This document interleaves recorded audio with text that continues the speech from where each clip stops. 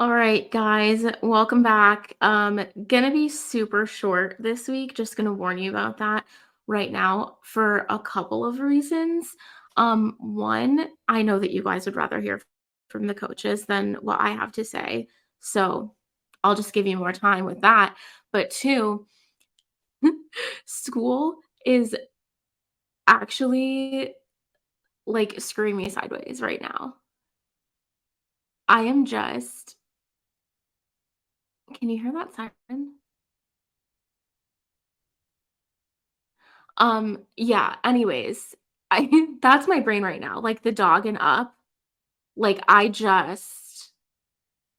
have so much to do and so little time and even less motivation than the amount of time.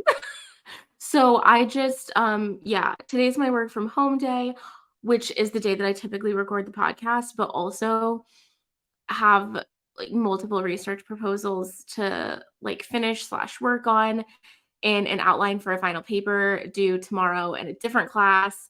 And I gotta get that done and I gotta focus on that. Um, so as much as I would love to sit here and BS about volleyball with you, I can't this week. So what I'm gonna do instead is run you through the standings because I would rather put something out and let you know my thoughts because this is the worst week for me to not have a lot of time because the standings are wild. Wild, wild standings right now. So, like, I would rather put something out and give you something to, like, munch on and ponder, as we near the end of the season than just, like, stay quiet and not say anything at all. Because I already feel like I've been slacking by doing the whole biweekly thing. Sorry about that. It just worked a whole lot better for me. So, yeah, this is, like, I feel like I'm talking faster than normal. I talk fast, like, typically, but I don't know. This is this what I'm doing right here, right now is gonna double as, like, my outlet from school and my therapy session all in one, so congratulations. Welcome to Madison's therapy session. Okay, let's talk about these standings. If you would have told me a month and a half ago that Denver was gonna be at the top of the league, I would have said, "You are friggin' acorns, man. No, not a chance." S With that, if you would have told me that Omaha was gonna be tied at the top of the league with Denver, Omaha was, like, 1 and 7 at one point. Granted, a lot of the Power 5 opponents, like, I'm not to take anything away from that. But, like, just the beginning of the season, I was just, like, not seeing it, you know? Denver and Omaha are both 9 and 3. Denver's 6 and 0 at home. Omaha's 5 and 2 at home, and Omaha has only lost 1 on the road. So, who's gonna be your number 1 seed going into the conference tournament? I don't really know. I don't really know. I'm trying not to sneeze, I'm sorry. Um, I think it's either gonna be Denver, Omaha, or Kansas City. That's what I'll tell you. And you might be like, "Well, Madison, those are the top 3 teams right now." Yeah, but they've also been the top 3 teams for the majority of the season, or at least the last little bit. Kansas City and Omaha for sure. Denver has kind of, like, jumped in there as well. So yeah, Denver and Omaha tied for first at 9 and 3. In third at 8 and 3 is Kansas City. I don't have a bad thing to say about Kansas City. The matches that they've lost have been really hard fought matches. I really like what I'm seeing from them. Definitely a win by committee team. We'll see. We'll see what's to come. I'm gonna go through the schedule with you in a hot minute as well. Let me just pull that up right now because I have one pulled up on my iPad, but not the other. But I think it's important to think about, like, looking at where these teams are, it's important to think about who's playing who. You'll hear in my interview with Coach Georgalas here in a little bit how he talked about the 5 matches they have left. They're playing 3 teams ahead of them, 2 teams behind them. And they are in a little bit more danger of not making the tournament than some of these other teams. So it's important to think about that. Um, Denver has, who do they have left? Oral Roberts, Kansas City is who they're playing on Saturday. See, so like that's important because they're, in first and third right now. Omaha, who's right behind them, and Oral Roberts again. So Denver has Oral Roberts twice in the 5 matches or 4 or 5 matches that they have left. And then they also play Omaha and Kansas City, who they are tied for first with, and Kansas City's in third. I rest my case. This is why this is so important. North Dakota State is in fourth at 8-4. South Dakota is in fifth at 7-4. These are two teams that I thought would be a little higher at this point. But at the same time, I want to reiterate and really stress to you that fourth and fifth in the Summit League in its current state is not a big deal. Fourth and fifth is in the conference tournament. And at this point, again, which you'll hear in my interview with Dan Georgalas later, at this point, the way that the league is going, anybody can win that conference tournament. I've been telling you that. I've been saying things like that for a while. I felt that way last year, but now you're hearing it from a coach as well. So you know that I'm beefing up, I'm citing my sources here. I'm not the only one that feels that way. So yes, NDSU and USD are in fourth and fifth. At this point, especially with matches left, this could change. USD could be in first by the end of the season. They very well could be. They might be. I have no idea. But I just think it's important to remember that, sure, this isn't the top 3. But I think that a lot of the teams in the league have been playing like their top 3. So we'll see what happens. South Dakota State is in 6th, alone in 6th place. They're 5-6 right now. Again, interviewed Dan Georgalas for this episode, so you'll get to hear a little bit about that. So I won't talk too much about them right now.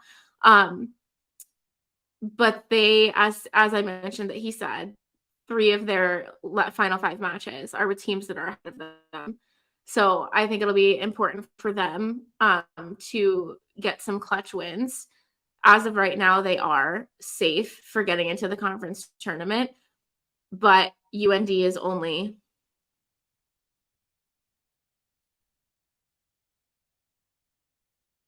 actually, I'm not sure how many games behind them.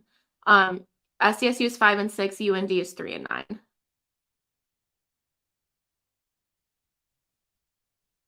Why am I not good at math? I don't know how many games back that is. If I'd had more time, I would have figured it out. But it can't be only 2 because hold on. 5-6 is 11, 3-9 is 12, right? I don't do math. This is why I am a doc student in communication, not math or stats. And this is why I know it's all mixed methods, and I'm not supposed to identify myself. Dr. Compton sees this. She's going to lose her crap. Primarily a qualitative scholar for a reason. Quantitative research is not my thing. Anyway, SDSU needs to protect itself is all I'm saying. Some insurance wins would be good. A little bit of padding going into the tournament would be good so that they don't accidentally get knocked out of that at the last minute. SDSU was a team a few years ago who would have finally made the conference tournament for the first time and I don't know how long, but COVID, cut it from 6 teams to 4. So then they got screwed out of that. In my opinion, I'm a jackrabbit, so I think they got screwed. Other people might say that it's just procedure, but that's me. And then, finally started to make the conference tournament again. Has been really close to beating USD, but just not quite able to do it for whatever reason. I think that if the Jacks get into the tournament, you might be surprised at what they see. They just need to make sure that they get there. So that's all I'm saying. Some insurance wins, some padding might be good for them. On the other hand, UND needs to kick it into gear if they want to make the tournament. St. Thomas can't play in the postseason. Oral Roberts is 1-10. So obviously not looking great for them. Even if they won out, I don't think that would do anything for them outside of morale's purposes at this point. So North Dakota is really the only team that has a fighting chance to knock somebody out. Someone who would be in right now. So North Dakota kind of needs to kick it into gear, get it together. They've played some really good matches. As their Twitter account has bantered and beefed with me, I tweeted something about, I think, gosh, last Thursday, NDSU, I think, in their first set, I think it was NDSU, and whoever they were playing went to like 30 points. Showing was like 30-28. And I retweeted it and I was like, if you guys are going to play 5 sets tonight, like, you can't do this in the 5 set because I have class tomorrow. I'm not doing it. Like, I'm not doing it. And UND's Twitter account infamously replied and said, 5 sets, that's our Thursday night special. And I was like, yeah, I'm well aware. Like, the guilty 5-set guilty party has been UND, Kansas City, SDSU. Now Denver has played a couple 5-set matches. Yeah, I love 5-set matches, just not on a school night, y'all. Save that for Saturday. No Thursday night specials, please. But UND, if you want to get into the conference tournament, you might need a few more Thursday night specials, and you're going to need to win them. God, I feel like I'm salty and savage today. I like try to be positive. Nobody get offended. This is just me like beefing. Again, my therapy session, like I said. Yeah, St. Thomas is 2-10. St. Thomas just had a very good win. The 5-set win over North Dakota State on October 14th. And then they lost a few, and then they beat North Dakota 3-1 last week. So again, going back to the Tang Pham interview, as he said, the wins will come. He said he's stubborn enough that he knows they're going to come, and the team does as well. And it looks like they're starting to see the fruits of their labor even a little bit, even if it's just a win here and there. So super happy for them in that regard. Obviously want them to do well, and I'm excited to see what they'll do in following seasons as they start to get closer to being postseason eligible. Oral Roberts picked up their lone win back on October 7th, actually over St. Thomas, a 3-1 win. They've been winning sets here and there. Most of their losses, not most, a good chunk of their losses have been sweeps. Looks like these past couple weeks have been sweeps, except for the 1-3 loss to Kansas City last weekend. They did win a set there. Made it interesting for a while down in Tulsa too. I was not sure what was going to happen. But again, another team that is just going to need some time to put something together. I'm really hopeful that we can get Coach Ward on the show. I'm not sure. Scheduling, it's, my schedule, their schedule, whatever. Like sometimes it just doesn't work out. So really hopeful that we can work out a time if he's interested to grab him on the show. If I have any listeners down in Tulsa, if you could rally the troops to make that happen, that would be great because I would love to sit down with him and just hear his perspective on how the season has gone and the good things that he's seeing from his team. So let's talk upcoming schedule. Well, actually, just kidding. I'm going to let you listen to the Georgalas interview, and then I'll come back and make predictions that are probably bogus anyway. So be back in a few. Welcome back, Summit Volleyball fans. We have got South Dakota State head volleyball coach Dan Georgalas with us today. Coach, thanks for taking some time before your road trip to hang out with me for a little bit. Yeah, I appreciate the invitation. Yeah, absolutely. We're just going to jump in. So you guys are 5-6 in the conference this year, but 3 of those wins actually came in your last 3 matches. Obviously, you want to be playing your best volleyball at this time of the season. So just talk to me a little bit about the course of the season and how you were able to figure those things out. This was kind of a bigger turnover year for us, just with graduating some seniors and especially some 5th-year players. So we knew we had a younger team coming in, and injury bug kind of bit us early and often, and it seems to still be biting us a little bit here and there. So we kind of knew that, we could take our licks maybe in the first half of the season, and we'd get healthier here at this time. And we are doing that and stringing together a couple good performances. And I think our team has really bought into, playing our best volleyball at this time of the year is ultimately the goal. So we feel like we got a little bit of momentum going into the conference tournament, and we're excited for the final 5 matches and 2.5 weeks that we have in front of us. Yeah, absolutely. Well, that's a great segue because I want to talk about the 5-set win over Kansas City. What kind of impressed you? It seemed to me like that match, that specific win, kind of started the shift in the conference standings for everybody. So I want to know what impressed you and what do you want to carry from that match through the rest of your schedule? Yeah, we've been playing really competitively with them for a couple years. Our matches against them last season were barn burners, and we split our two matches. We wanted their place, and they wanted ours. So this year it kind of flipped.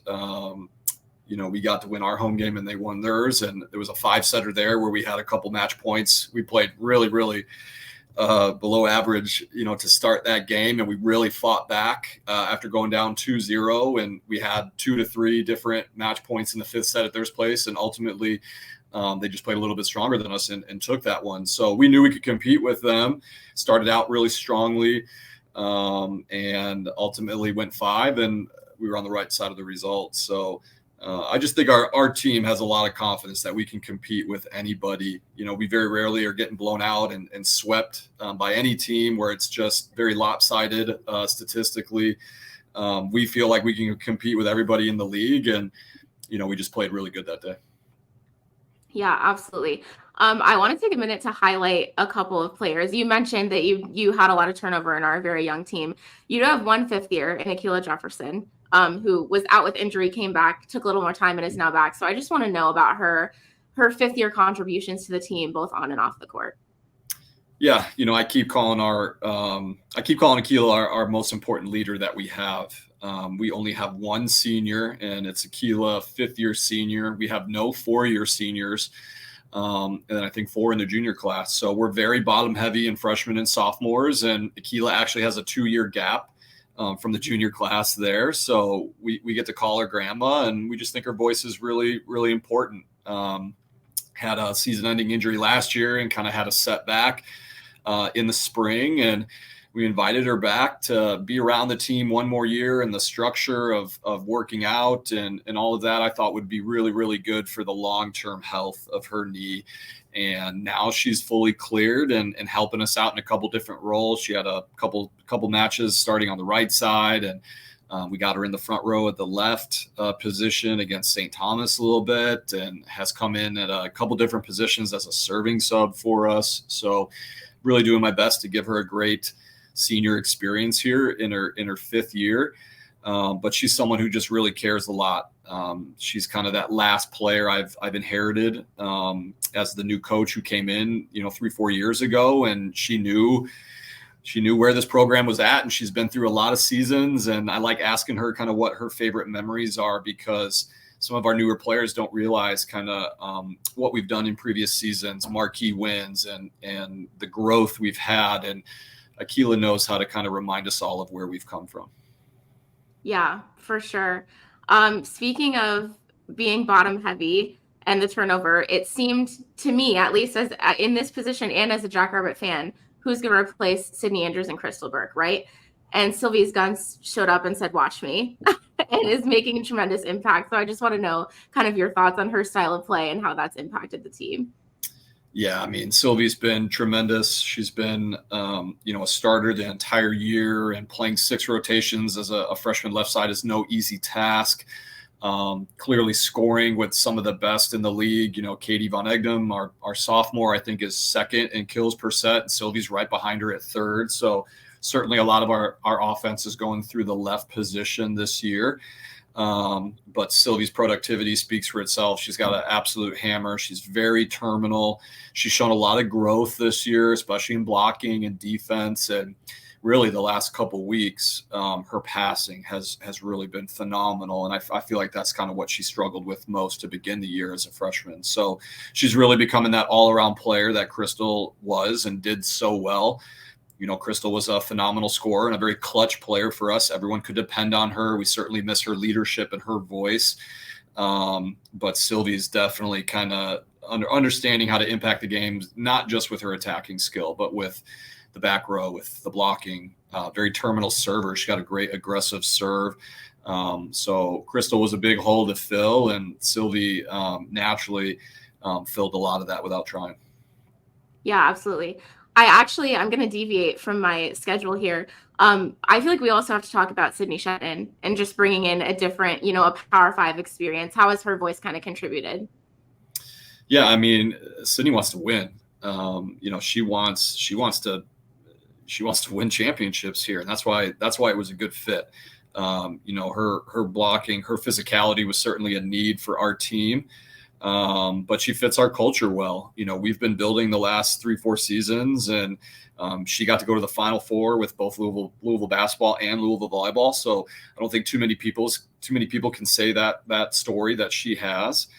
So she's got a lot of Jackrabbit pride and family connections to this university, and ultimately I think it was a good fit. And her personality is unique and goofy, and we love her for who she is. And she's been really flexible with us as we manage some injuries. She's played right side. She's been playing middle for us. And she's doing a good job of just being a good teammate and doing what the team needs most. Yeah, absolutely. I want to shift gears and talk about your setters. I remember asking you last year when you might use Carly Wadle versus Reagan Riley, and I see you doing a little bit of that again with Reagan Riley and Riley Martin. So is there a philosophy there that you can share, or is it kind of just like the feel of the set when you make those changes? No, I mean, I love Carly Wadle to death. She was able to come back for a match recently, and it was just great to see her as an alumna. But we're kind of we've had a lot of difficult decisions this year. We feel like Reagan and Riley are just both two really talented setters, and it's tough to make that decision.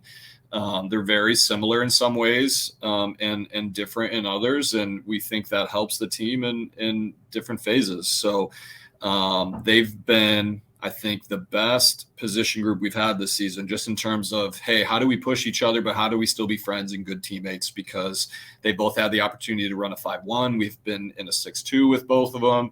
We've kind of been in the 5-2 most recently with the two of them. And they're a great leadership example for our group as to, hey, you want competition at every position. That daily battle helps both of those players grow. But at the same time, they're both great voices. They're both great leaders. It's been a weird season. Reagan broke our all-time single season assist record last year, and here we are not letting her run a 5-1 this year. So that's certainly a coaching decision we take ownership in, and Reagan's handled that with a lot of class, and she understands, and she knows that she trusts the coaches and the decisions we make. And I'm just really grateful that we have two setters that are so talented, such good leaders, such good defenders, and ultimately just two individuals who have really, really high character. They're great ambassadors for our program. Yeah, thanks for that insight. I appreciate that. My last serious question before we get to the fun stuff actually comes from our listener, Troy G from Sioux Falls, trusty Troy. He wants to know just about how the Summit League standings look right now, and are we, is that due to just transfers and seniors, or are we kind of seeing the growth at all levels play out in the Summit League this year? Yeah, that's a great question. I think I've watched a couple of the interviews you've done so far, always trying to pick up little nuggets that I could gain on upcoming opponents and stuff like that. So, I'm not salty at all that, being an SDSU grad, my interview came so late in the season. I think we're lucky to have such a unbiased perspective and coverage for our league. So I think that's really good, and we're grateful for that. But the league is different this year. Other coaches have commented on it. There's a lot of parity. The conference standings right now, first and second have 3 losses, and there's 3 teams after that are all tied with 4 losses.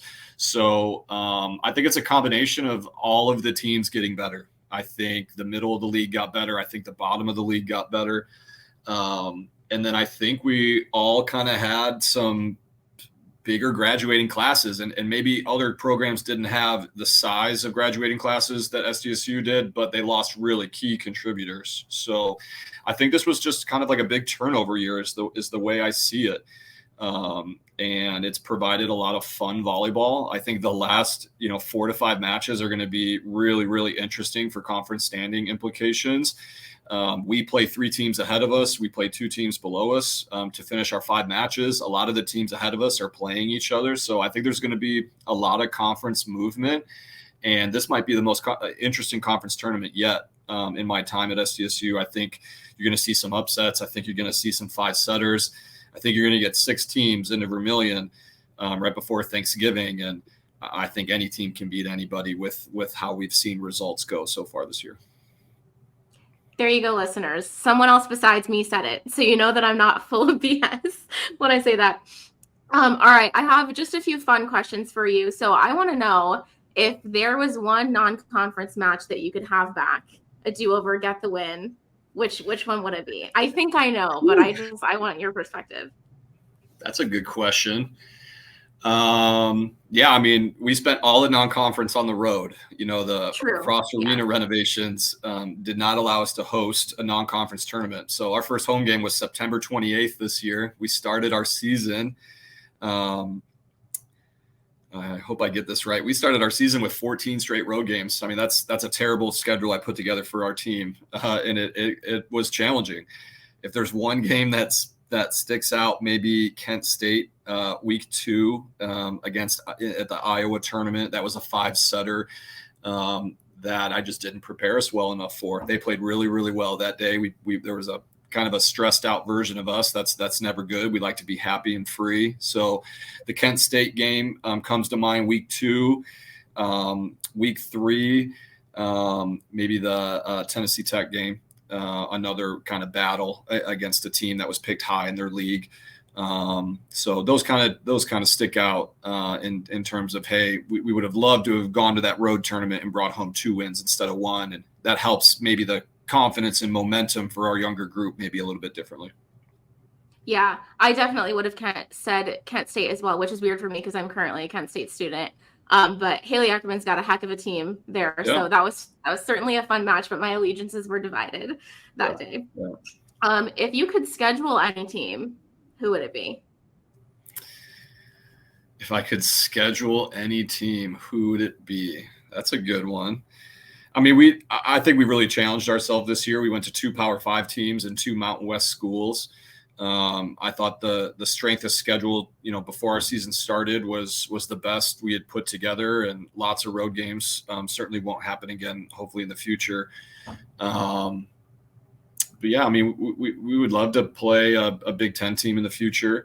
Reagan's little sister Bergen is playing at Nebraska. So, Reagan's got 1 more year with us. It'd be fun to kind of get the 2 of them on the court together. And certainly they're breaking records for volleyball attendance. And they're always kind of the marquee program in the country for growing the sport of volleyball and stuff like that. So if I could schedule any team, I think it would be fun for the Riley family to see both of their daughters on the court together next year. Absolutely. What song gets you on the dance floor in the locker room after a big win? I mean, a win gets me on the dance floor. It doesn't. You don't need music. Fair. So, That's fair. Oh man, no, I'm not too much of a dancer. Our team knows that. So I'll leave it to them though. They're good with the music and hooking up the aux cord, and I encourage them to play music in practice and bring the speaker along for locker room dance parties and stuff like that. So whatever they do behind closed doors is their business. So, but we got some good girls with rhythm. I think there's some dancers on the team. Okay, noted. And then my last question, what is a memorable moment for you this season? Yeah, I mean, off the court, this is the first season with our baby Henry, so that's kind of been fun. The Kansas City game was the first win he got to see at home, so that one sticks out. Coach Posey is by far my favorite coach in the Summit League. We have a history together that goes back over 10 years, and she hired me as a student manager at Kansas way back when. So shout out Coach Posey, and she recruited Allison, my assistant, who played at University of Kansas, so she has a connection with her as well. So that 5-setter I think is memorable for sure. I think it really just was that proving point for our team. Kansas City was in first or a half game back of first at that point, and if we could beat them at the top of the standings, we could beat anybody. So I like that one a lot so far. Yeah, absolutely. All right. Well, thanks so much, listeners. They're 5 and 6. They're headed to Fargo tonight to play NDSU before hosting Oral Roberts on Saturday. And Coach, thanks so much for being here. Thank you. Appreciate you having us, and thanks for the coverage on the league. Yeah. All right, listeners, welcome back. I hope that you enjoyed the seventh rotation sit down with Dan Georgalas. I certainly did as a former Jackrabbit. I have loved watching just the way that he's revolutionized the program and the culture. As mentioned, Jackrabbit Volleyball was kind of in a slump for a really long time. And whenever he came in, I can't remember if it's been, what, 4 years? I've been out of grad school that long, bro. Oh my goodness.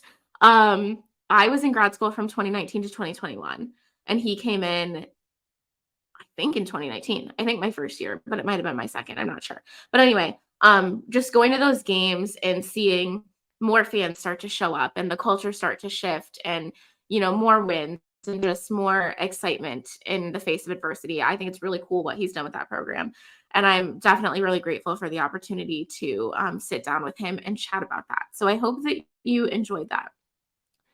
Upcoming coach interviews, hopefully, no promises, nothing confirmed. But again, I would love to get Coach Luke Ward on the show from Oral Roberts. And then, of course, that leaves South Dakota and Leanne Williamson. So those are the last two for the season that I'm hoping to get. Again, no promises, but that is where I'm going next. If you're wondering, where we've been and who's left, that is who would be left. Let's talk about upcoming matches and make some likely bogus predictions.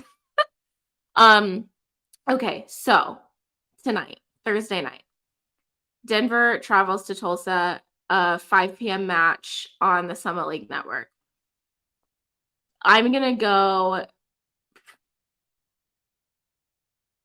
I feel so bad saying Denver's going to sweep because I feel like Oral Roberts does have the ability to win sets here and there. But the way Denver's playing right now, I'm going to go Denver 3-1 or 3-0. I'm sorry. Denver, I think, is going to sweep Oral Roberts. Next match, Omaha at Kansas City. I can't even. Okay. Kansas City plays really well at home. Let's check out their stats. If you're wondering what I'm doing, I'm scrolling on my iPad to find stuff. I'm so underprepared today. It's okay. I think that you guys know that I'm just a tad bit unhinged, and you're starting to see that a little bit if you didn't see it before.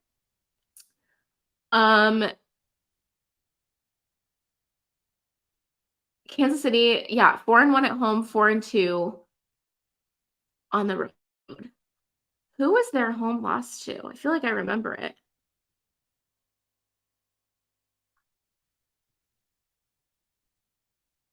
Why can't I find it? Oh, yeah. When North Dakota State swept them last week. I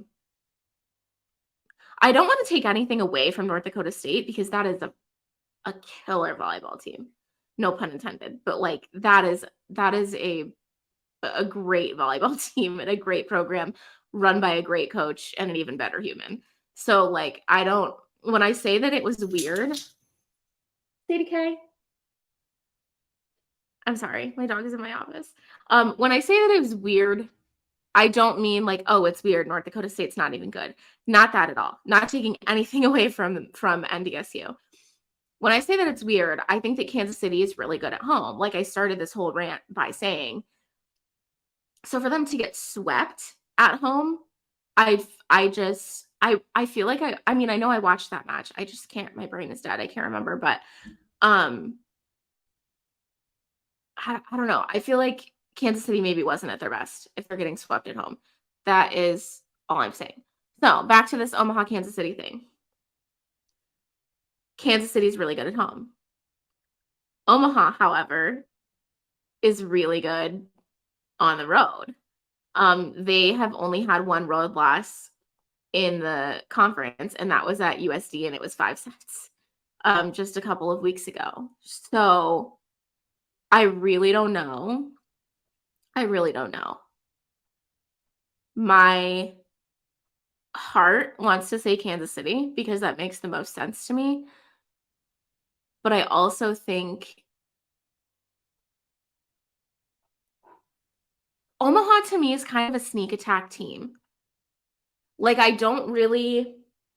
think about them as being good and at the top of the league, but I don't really think about them as they win everywhere they go, even though they do.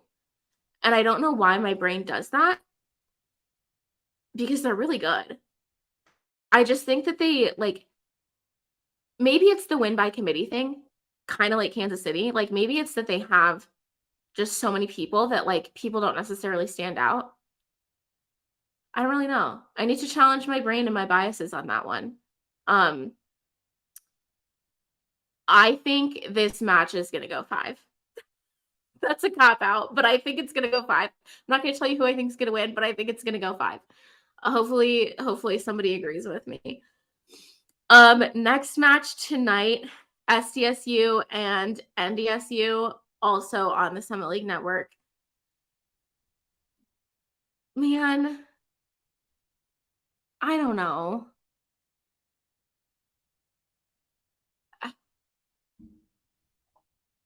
I don't know. SDSU's 3-3 on the road,